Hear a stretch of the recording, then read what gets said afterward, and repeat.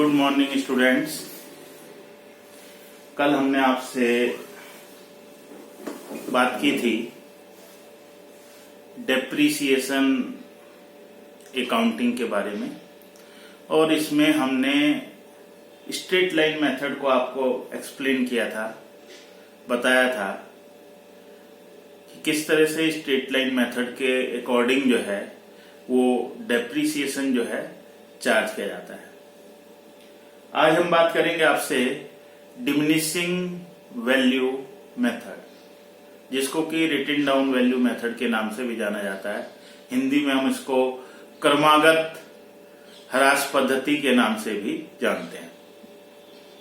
इसमें जो depreciation charge किया जाता है वो ओरिजिनल कॉस्ट पर चार्ज ना होकर के उसका जो बैलेंस डिमिनिशिंग बैलेंस है, प्रत्येक वर्ष के अंत में जो बैलेंस आ रहा है उस बैलेंस पर हम जो है वो डेप्रीसिएशन चार्ज करेंगे। तो देखते हैं एक क्वेश्चन को, जिसमें कि एक क्वेश्चन के माध्यम से पहले आपको समझाते हैं कि किस तरह से रिटन डाउन वैल्यू मेथड का जो क्वेश्चन है वो होगा। तो देखें, आपकी बुक में क्वेश्चन नंबर 13 दिया हुआ है। ऑन 1 अप्रैल 2013 जो डेटा है उसका वो स्टार्ट हो रहा है 1 अप्रैल 2013 2013 से जो है ये तैयार हो रहा है। Messrs J K and sons purchased a machine for ₹10,000।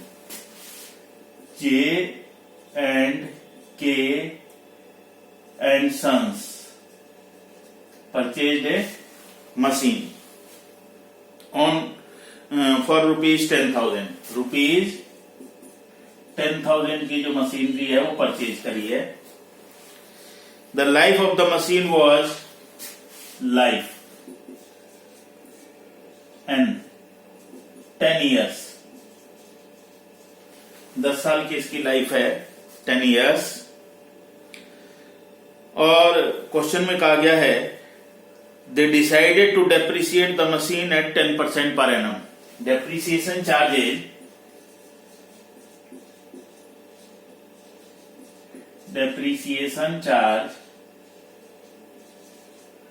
at the rate of 10% per annum, 10% प्रतिवर्ष।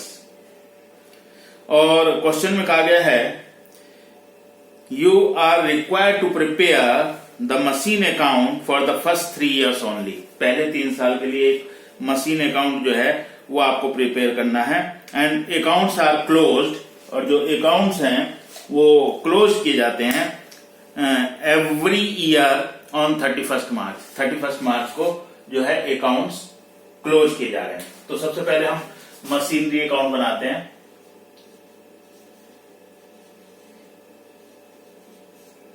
मशीनरी अकाउंट बहुत सिंपल क्वेश्चन है, कोई विशेष इसमें बात नहीं कही गई है। 3 साल के लिए जो है आपको मशीनरी अकाउंट प्रिपेयर करना है, बनाना है। Date, particulars, general folio and debit amount, date, particular, general folio and credit amount. सबसे पहले मशीनरी को परचेज करने की एंट्री आ जाएगी। तो जब हम मशीनरी परचेज करेंगे तो मशीनरी को परचेज करने की एंट्री होगी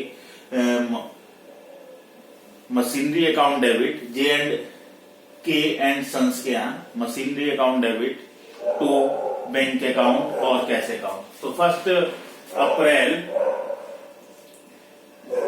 2013 को हमारी फर्स्ट एंट्री हो जाएगी to bank account for purchasing of this machine.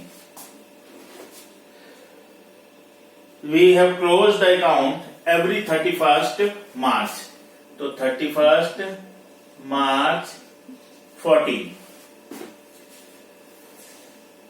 अप्रैल से स्टार्ट हुआ, 31 मार्च 14 को जो है हमारा 2013 से 14 को ये हमारा क्लोज हो जाएगा। सबसे पहले हम चार्ज करेंगे depreciation account at the rate of 10% on 10,000, तो 1,000 रुपीज का डेप्रीसिएशन आ जाएगा और इसी डेट पे हमारा बैलेंस कैरी डाउन हो जाएगा और वो हो जाएगा 9,000 का जो बैलेंस है वो निकल आएगा। 1 अप्रैल 2014 को यही बैलेंस हम ब्रॉट डाउन करेंगे और ये बैलेंस 9,000 का आ जाएगा। अब 31 मार्च 15 में फिर डेप्रीसिएशन लगेगा फुल ईयर का by depreciation account at the rate of 10% on diminishing value method, यानी कि जो बैलेंस हमारा था, बैलेंस था हमारा 9,000, तो वो put the depreciation on this balance that is rupees 9,000 पर हमारा जो डेप्रीसिएशन आएगा वो 10% के रेट से 900 आ जाएगा और रेस्ट अमाउंट हम निकाल देंगे balance carry down.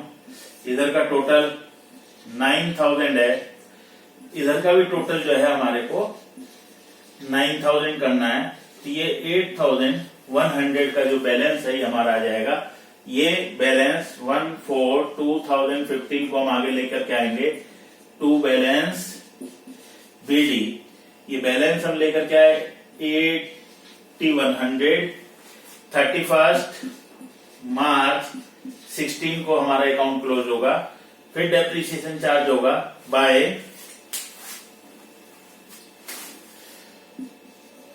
Depreciation account at the rate of 10% on diminishing balance. Diminishing balance is now 8,100, तो you put depreciation on this 8,100 पर हम 10% डेप्रीसिएशन निकालेंगे और ये आ जाएगा 810 रुपए और बाकी की जो अमाउंट है वो बैलेंस कैरी डाउन हो जाएगी। ये टोटल 8,100 हो गया, इधर भी हमारे को 8,100 करना है, तो 0,97290 और ये 1 अप्रैल 2016 को टू बैलेंस बीडी 7290।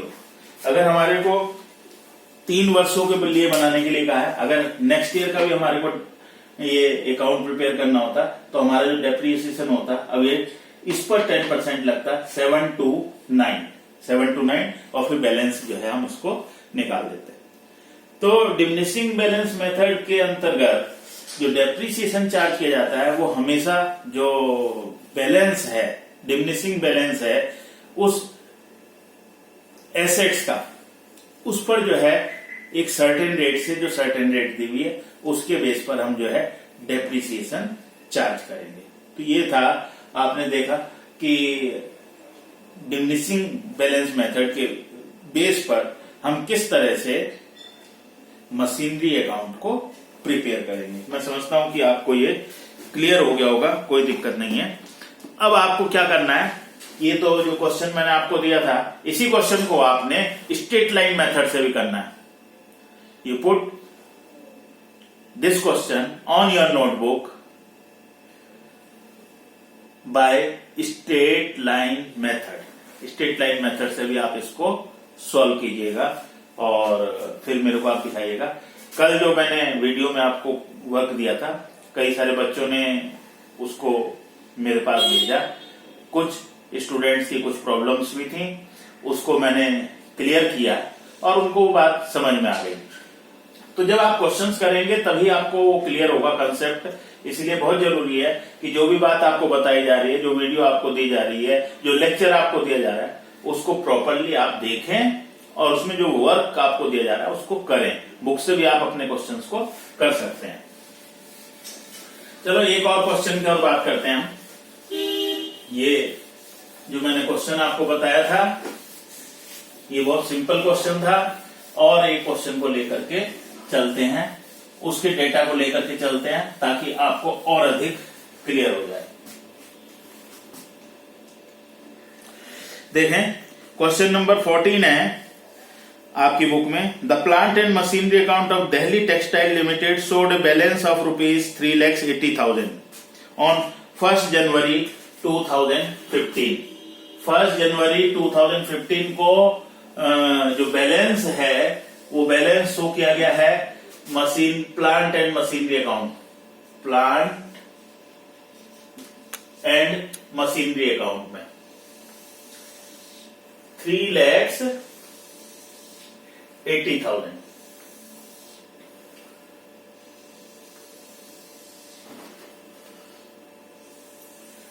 कॉलम खींच लेते हैं, तो ये तो सब आपको मालूम ही है। ये कॉलम जो है ड्रॉ कर लिया हमने। तो 1 जनवरी 2015 को दिल्ली टेक्सटाइल लिमिटेड के जो बुक्स हैं उनमें प्लांट एंड मशीनरी अकाउंट का जो बैलेंस दिया हुआ है वो दिया हुआ है 3,80,000। क्वेश्चन नंबर 14 है ये।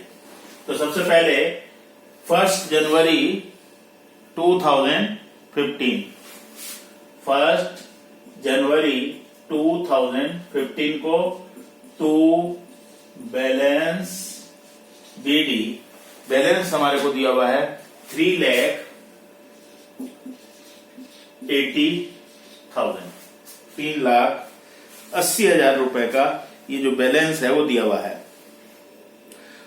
The accounts were made up annually on 31 December. Accounts जो क्लोज किए जाते हैं वो 31 दिसंबर को क्लोज किए जाते हैं। आगे क्या दिया है, and depreciation had been regularly written off at the rate of 10% on the written down value method। Regularly जो डेप्रिसिएशन चार्ज किया जाता है वो 10% पर एनम के हिसाब से चार्ज जो है किया जाता है on written down value method, जो रिटन डाउन वैल्यू मेथड है उसके बेस पर। On 31 May 2015 new machinery was acquired at a cost of ₹57,783। एक नई मशीनरी जो है वो परचेज की गई है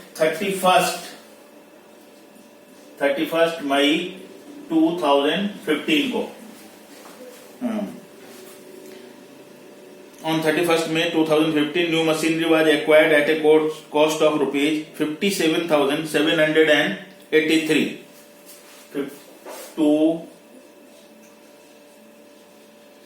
bank account, 57,783, 57,783, and on the same date a machine which had cost ₹12,000 on 1 January 2010 was sold for ₹1,500।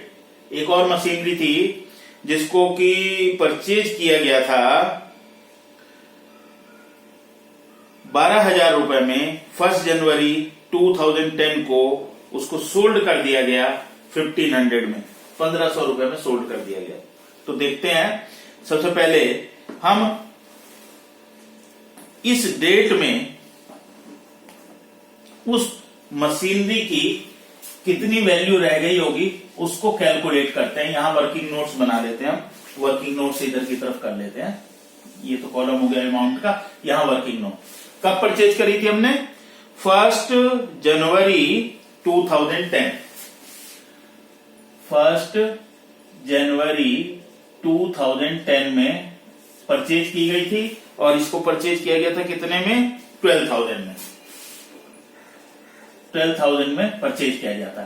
तो डेप्रिसिएशन जो लगा होगा eight the rate of 10% depreciation 2010 में, 10 में जो डेप्रिसिएशन लगा होगा 10%, वो कितना हो जाएगा 1200। इस मशीनरी का डेप्रिसिएशन 12,000 माइनस 1200। तो ये जनवरी 2011 में वैल्यू आ जाएगी 10,800 की वैल्यू आ गई। अब फिर डेप्रिसिएशन 11 का एट द रेट ऑफ 10%, तो 1080 ये डेप्रिसिएशन हो जाएगा। तो ये आ जाएगा जनवरी 2012 में बैलेंस, जनवरी 2012 में बैलेंस आ जाएगा कितना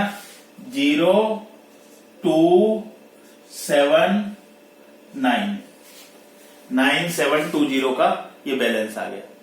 नेक्स्ट फिर डेप्रीसिएशन 10% डेप्रीसिएशन 972 का जो है वो आप डेप्रीसिएशन चार्ज करेंगे, डेप्रीसिएशन लगाएंगे और जो डेप्रीसिएशन आ जाएगा वो आ गया 972, तो बैलेंस बच जाएगा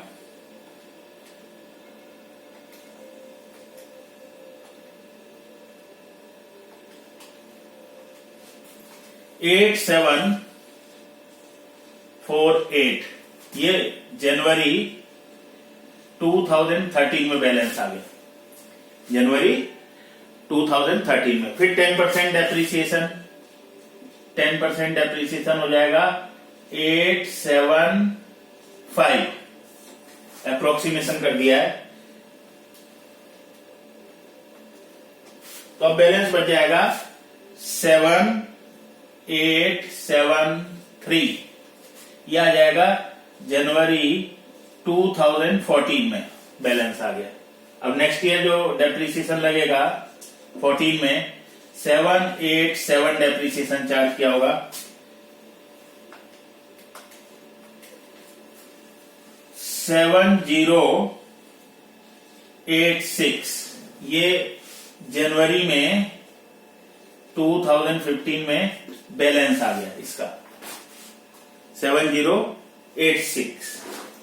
अब इसको जो सोल्ड आउट किया गया है that is sold out on 31 मई को, सेम डेट को सोल्ड आउट कर दिया गया है जिस डेट को परचेज किया गया था। तो इसका मतलब जनवरी, फरवरी, मार्च, अप्रैल, मई, 31 मई है, तो इसका मतलब 5 महीने का जो डेप्रीसिएशन है इस पर कैलकुलेट आपको करना पड़ेगा। तो 10% डेप्रीसिएशन फॉर 5 मंथ्स, 5 महीने के लिए, तो यह आ जाएगा कितना आ जाएगा 7086 इंटू 10/100 इंटू 5/12, तो यह आ जाएगा देखें 7086 इंटू 10%, तो यह आ गया 709 इंटू 5 डिवाइडेड बाय 12, 290 इंटू 5/12 कर लिया, तो ये आ जाएगा हमारा 295। तो जो इसका बैलेंस बचेगा ये 16791 इसका बैलेंस था उस समय, जिस समय हमने इसको सोल्ड आउट किया। कितना बैलेंस रह गया 6791, और इसको सोल्ड आउट किया है 1500 में, माइनस सेल्स वैल्यू 1500, तो 5291 ये लॉस है, that will be charge from profit and loss account, जिसको कि प्रॉफिट एंड लॉस अकाउंट से चार्ज किया जाएगा। तो ये जो लॉस है 5291, ये आपने कैलकुलेट कर लिया, ये उस मशीनरी का है और हमारे को उसी डेट से कैलकुलेट करना पड़ा। 1 जनवरी 2010 को उन्होंने बताया कि 12,000 रुपए में खरीदी थी, पहले साल ये डेप्रीसिएशन लगा, ये बैलेंस बच गया, फिर इस पर 10% डेप्रीसिएशन, फिर नेक्स्ट ईयर फिर 10% डेप्रीसिएशन, फिर 13 में फिर 10% डेप्रीसिएशन, 14 में फिर 10% डेप्रीसिएशन, 15 में ये शुरू में बैलेंस आ गया।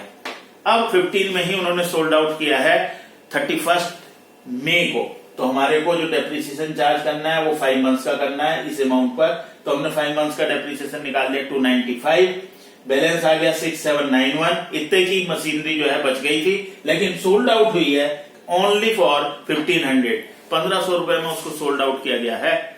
तो it means the remaining amount is the loss, वो आया है 5291। उस मशीनरी को सोल्ड आउट करने पर ये लॉस आ गया। तो ये जो कैलकुलेशन थी, ये मेन कैलकुलेशन थी इसकी, जिसको कि आपको कैलकुलेट करना था। अब आगे देखते हैं कि इस क्वेश्चन में किस तरह से वो किया जाएगा। सबसे पहले हम 31 मई 2015 में सबसे पहले बाय डेप्रीसिएशन अकाउंट, हम डेप्रीसिएशन लगा देंगे किस मशीनरी पर, जिसको कि बेच दिया गया है, और उस मशीनरी पर हमने 5 महीने का डेप्रीसिएशन निकाला था 295। फिर इसी डेट पर, सेम डेट पर बाय बैंक अकाउंट बेच दिया उसको, कितने पर, 1500 पर, 1500 रुपए पर बेच दिया।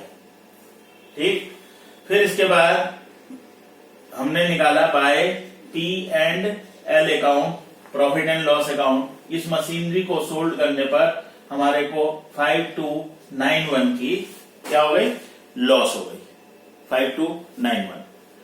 अब बाकी जो बची हुई मशीनें हैं उस पर हम 31 दिसंबर 2015 में डेप्रीसिएशन चार्ज करेंगे बाय डेप्रीसिएशन अकाउंट। अब आप देखें 3,80,000 की कुल टोटल बैलेंस था आपके पास 1 जनवरी को, और उस बैलेंस में ये बैलेंस भी इंक्लूडेड था जिसको कि हमने डिस्पोज ऑफ कर दिया गया है। तो सबसे पहले हम क्या करें, 7086 को इसमें से माइनस कर दें, लेस कर दें। तो 7086 को माइनस करने पर आ जाएगा 419,273 372,914 ये बैलेंस आ जाएगा।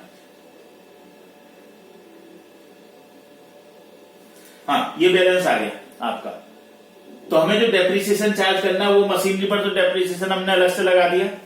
उस वाली मशीनरी की जो वैल्यू शुरू में थी 7086 वो हमने इसमें से डिडक्ट कर दी। अब हमारे पास पूरे साल ये वाली मशीनरी जो है हमने यूज करी है, तो इस पर eight the rate of 10% on 3,72,914 पर आप डेप्रीसिएशन लगाएंगे 10%, और ये हो जाएगा 37,291। ये डेप्रीसिएशन आपका लग जाएगा 37,291। 10% डेप्रीसिएशन है, 10% आपने डेप्रीसिएशन लगा दिया। ये इस वाली मशीनरी पर लगा है। अभी दूसरी जो हमने परचेज करी थी उस पर भी डेप्रीसिएशन लगा रहे हैं बाय डेप्रीसिएशन अकाउंट। इकट्ठा भी लिख सकते हैं आप। ये मैं सेकंड मशीन का जो परचेज की थी, ये परचेज की थी eight the rate of 10% on 57,783 for 7 months। 7 महीने के लिए जो है आप इस पर डेप्रीसिएशन चार्ज करेंगे, because you have purchase this machine on 31 मई। 31 मई को आपने इस मशीनरी को परचेज किया है, तो you have charge depreciation for 7 months। मई के बाद जून, जुलाई, अगस्त, सितंबर, अक्टूबर, नवंबर, दिसंबर, तो दैट आर द 7 months। तो 7 months का जो डेप्रीसिएशन है वो आप कैलकुलेट करेंगे, और कैलकुलेटर आपको अलाउड है तो you can use calculator. Scientific calculator नहीं यूज करना है, सिंपल कैलकुलेटर एग्जाम में भी आपको अलाउड होगा, तो यू कैन यूज, आप उसका वही प्रयोग कर सकेंगे। तो 57,783 इंटू 10%, तो ये आ गया। इस पर कैलकुलेट करके बता रहा हूं 5778, ये आ गया पूरे साल भर का, into 7/12 into 7 divided by 12, this is 3371। ये जो डेप्रीसिएशन है ये आपका कैलकुलेट करके आ जाएगा। ये इस मशीनरी का भी निकल गया, इस मशीनरी का भी निकल गया, और 1 साल का जो है आपको अकाउंट बनाने के लिए कहा गया था। अब और कुछ इसमें नहीं है तो आप क्या करेंगे, इस अकाउंट को क्लोज करेंगे और आप इस डेट पर by balance carry down, balance को निकाल देंगे। टोटल करते हैं 387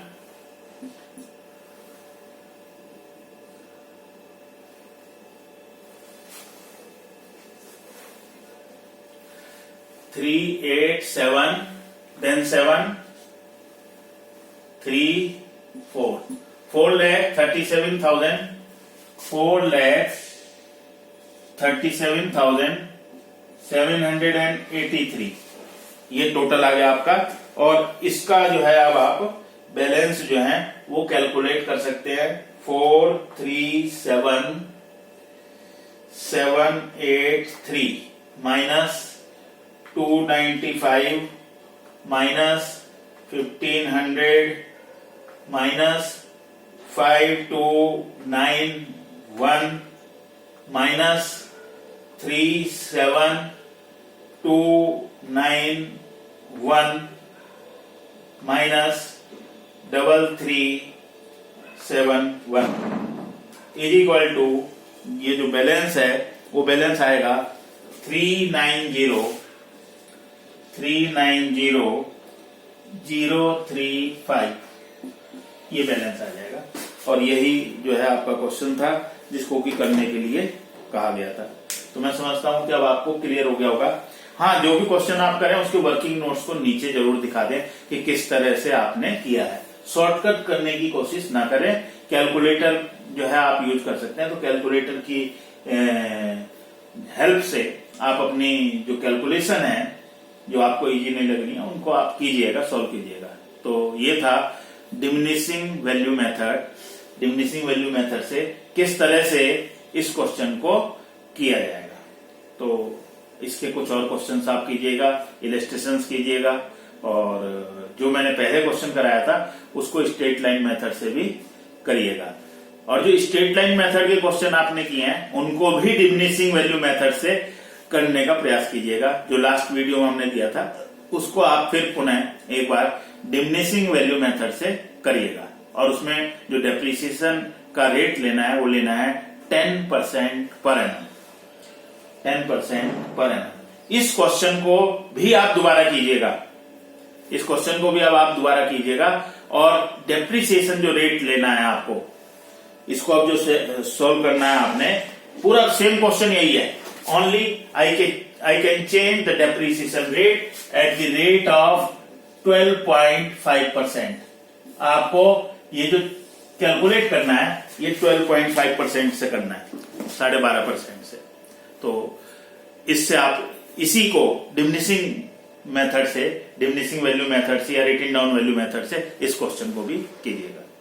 मिलते हैं आपसे कल फिर एक नई वीडियो के साथ में, फिर आपसे आगे बात करें। Take care of yourself.